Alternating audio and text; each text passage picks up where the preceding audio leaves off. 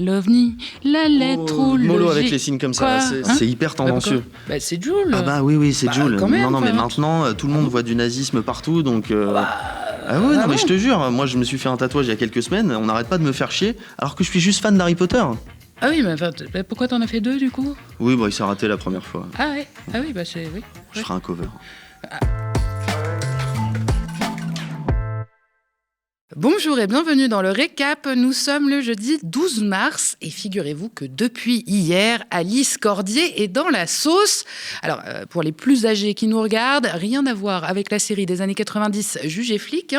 Alice Cordier, Kerviel à l'état civil, c'est une influenceuse d'extrême droite âgée de 28 ans, coqueluche des médias conservateurs, CNews en tête évidemment. C'est aussi et surtout l'une des fondatrices du collectif Némésis, ce groupe de jeunes femmes qui, sous couvert d'un pseudo-féminisme, défendent des thèses xénophobes et racistes. C'est elle, souvenez-vous, que Quentin Doran, qui est la ribambelle de Nasillon qui l'accompagnait, était censé protéger à Lyon.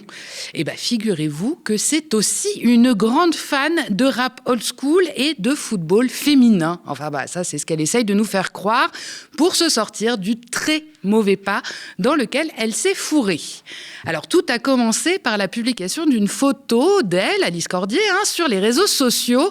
On la voit en compagnie d'un homme au visage dissimulé, faisant un signe en forme de S avec ses mains. La publication, signée d'un certain Kenneth Ukraine, est accompagnée de la légende suivante: Alice Cordier du collectif Némésis à l'ancienne, de Bretagne à Lyon, SS partout.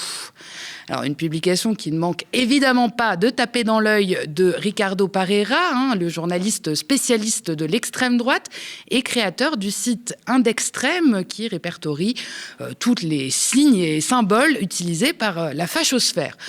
D'autant qu'en plus de la photo d'Alice Cordier, le post est accompagné d'un second visuel particulièrement explicite. Lui aussi, il représente un homme réalisant le même geste en forme de S avec ses doigts, le tout sur fond de soleil noir, un symbole tout bêtement nazi créé par Heinrich Himmler en personne. Et en dessous, on peut lire « Skull Shooter ».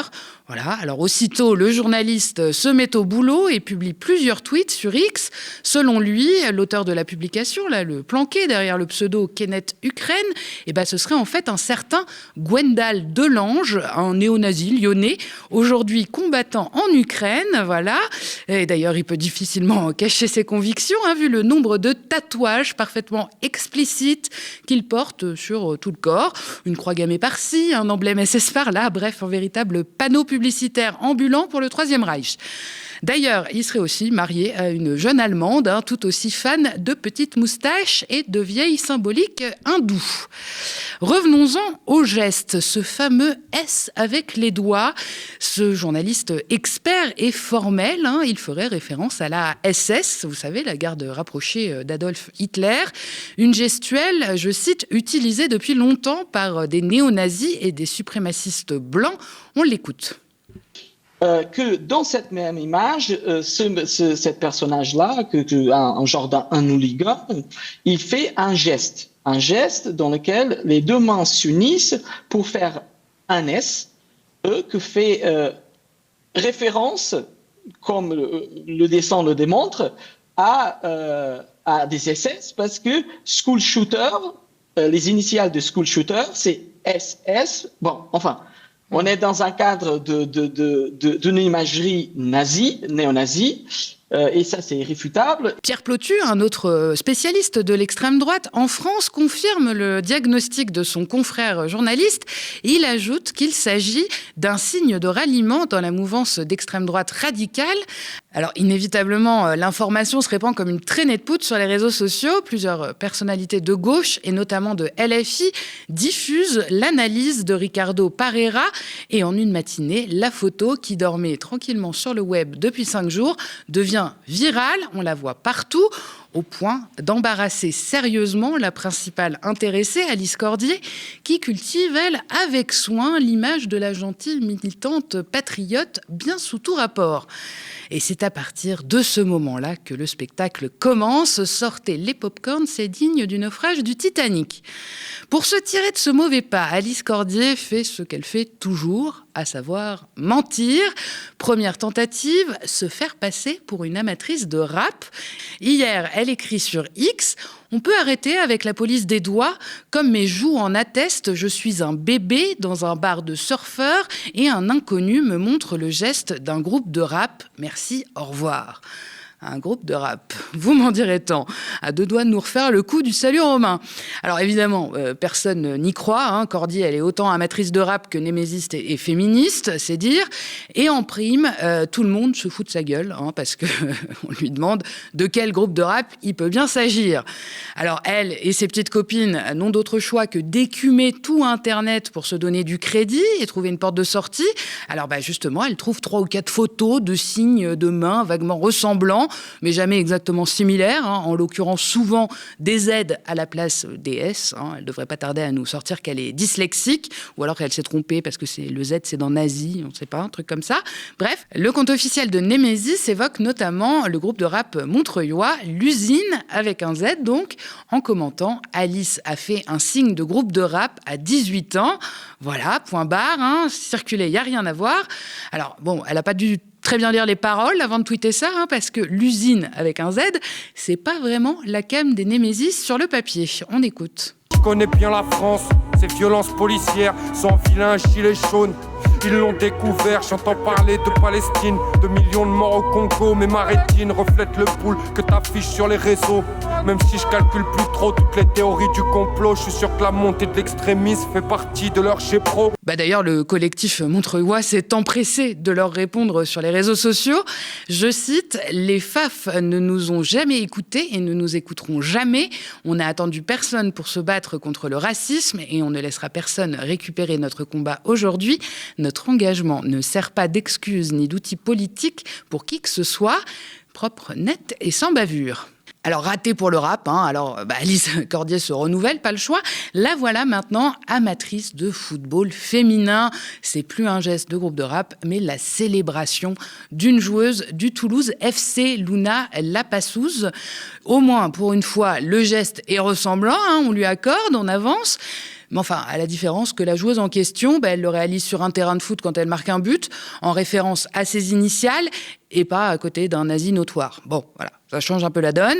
Alors d'ailleurs, comme le collectif de rap, le club de foot n'a pas du tout apprécié de se retrouver embarqué dans la polémique nazie de Cordier.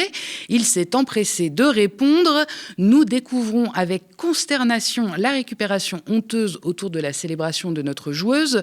Les interprétations malveillantes qui circulent sont mensongères et relèvent d'une polémique indigne. Le Toulouse FC condamne fermement ces accusations et rappelle son engagement constant et sans ambiguïté contre toute forme de discrimination. » Encore raté, décidément, tout le monde déteste Alice Cordier. Ça en fait un paquet de mensonges pour quelqu'un qui n'a rien à se reprocher. Premier mytho, l'âge. Oui, parce que Alice Cordier, elle met en avant ses gros joues dans son premier tweet, sous-entendant son jeune âge, confirmé ensuite par le compte officiel du collectif Némésis, qui affirme qu'elle a 18 ans sur la photo. Une pirouette habile, reconnaissons-le, pour faire émerger l'hypothèse d'une potentielle erreur de jeunesse.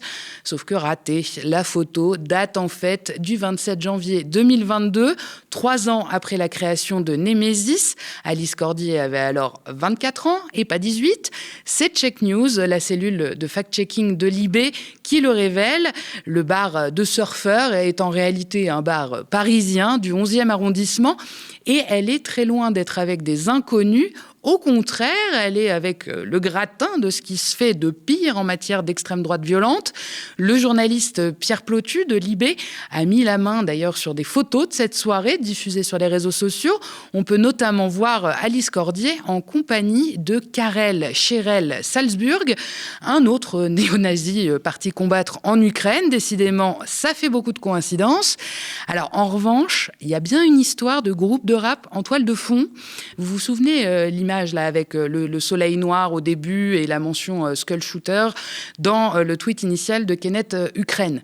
Figurez-vous que c'est justement un groupe de rap, disons plutôt que c'est un groupuscule d'extrême droite néo-nazi qui s'est notamment essayé au rap. Et Ricardo Parera nous en avait justement dit 2 mots hier soir dans Toujours Debout. On l'écoute. À côté de cette photo, d'Alice Cordier, il y a une autre photo qui fait référence à un groupe de rap, effectivement, et un groupe militant qui s'appelle Skull Shooter, donc tireur de crâne. La traduction à peu près comme ça de l'anglais pour le français. Alice Cordier, elle dit que effectivement ça fait partie d'un groupe de rap, et je pense qu'elle parle du groupe de rap qu'elle parle, c'est le Skull Shooter, et donc effectivement ça a été un groupuscule d'extrême droite, hooligan, rap, que aujourd'hui qu'il existe toujours s'appelle West Coquin, donc c'est un groupuscule néo-nazi que a fait un concert en 2023 suite à la marche néo-nazie à Paris dans un espace collectif nommé Simone Veil, qui s'appelait Rock Arien. Donc, enfin, moi, je pense qu'il faut rester factuel. Et alors, vous allez tomber des nues parce que le leader de ce groupe Skull Shooters, là, il était aussi à la soirée avec Alice Cordier. Le hasard de dingue. Ça fait quand même beaucoup de nazis dans ton entourage, Alice. Ça doit aussi être un hasard si Street Press a repéré un autre néo-nazi notoire qui traînait autour de Némésis à la manif du 8 mars, ce week-end. Un certain Louis Nabussé, 22 ans, membre de la division Martel, est condamné en 2024 pour violence volontaire en raison de la race et attroupement armé en vue de la commission de violences aggravées par le motif racial. Décidément, c'est quand même pas de chance, toutes ces coïncidences, Alice. Puisque t'aimes le rap, moi je laisse le mot de la fin à Sniper. Ils ont repris nos textes, mais déformé nos propos, sorti les phrases de leur contexte en nous traitant de fachos. Ils s'acharnent, ils insistent, mais que dire, que faire? Nous sommes traités de racistes par les gosses à Hitler et futurs nazis, allergiques à la couleur, assis à l'extrême droite, vos discours a fait fureur. Et on fait une petite pause avant de continuer avec le reste de l'actualité. Si vous aimez le récap et que vous avez envie qu'on discute ensemble, de connaître les coulisses de l'émission ou même de choisir et de proposer des sujets, je vous attends sur le canal de discussion Instagram. Le lien pour le rejoindre est dans la barre d'infos. Et puis d'ailleurs, sans vous, pas de récap et pas de médias non plus. Depuis plus de 8 ans, notre chaîne télé tient bon en Indé, dans un paysage audiovisuel toujours plus concentré et réactionnaire. Chaque jour, nos plus de 25 travailleurs et travailleuses mènent la bataille de l'info. Mais pour continuer, nous avons besoin de vous. Notre antenne, notre histoire, c'est vous qui la faites vivre. Alors aidez-nous, abonnez-vous aux médias ou faites un don défiscalisé. Toutes les infos sont sur notre site internet. Et depuis quelques jours, grande nouvelle, en plus de Free, Molotov, YouTube et notre site, retrouvez les programmes du média sur la télé d'Orange, canal 235. Et c'est une grande première. Plusieurs syndicats de journalistes ont déposé une procédure d'urgence devant le Conseil d'État pour alerter sur la vente des éditions Croque Futur et le magazine Challenge à Bernard Arnault. Il justifie cette action par le règlement européen sur la liberté des médias adopté en avril dernier. Selon l'article 22, une autorité censée statuer sur l'évaluation des concentrations aurait déjà dû être mise en place. Seulement voilà, le dossier traîne en France depuis août dernier, avec Investir, Les Échos ou encore L'Opinion. Bernard Arnault possède déjà la majorité des titres de la presse économique française. Le verdict devrait être connu dans le courant de la semaine prochaine. Reporters sans frontières, RSF et les 3 syndicats, SNJ CGT, SNJ et la CFDT journalistes, qui ont déposé cette requête, espèrent faire peser cet argument, car c'est un fait, l'immense majorité des référés déposés devant le Conseil d'État sont rejetés. C'est d'ailleurs le cas du référé liberté déposé le 5 mars dernier par 57 juristes pour dénoncer l'absence de régulation du pluralisme sur les chaînes du groupe Bolloré. Après l'analyse d'une semaine complète de programmes diffusés en février, les spécialistes du droit dénonçaient l'homogénéité des opinions d'extrême droite exprimées à l'antenne sur CNews et Europe 1. Ils demandaient au Conseil d'État d'enjoindre l'Arcom à mettre en demeure les 2 médias concernés. Hier, l'institution a cependant écarté la requête sur la forme, c'est important, estimant que la condition d'urgence n'était pas remplie. C'est une victoire pour les droits des personnes trans en Europe. La Cour de justice de l'Union européenne a statué ce jeudi. Les États membres doivent délivrer des documents d'identité conformes à l'identité de genre de leurs citoyens.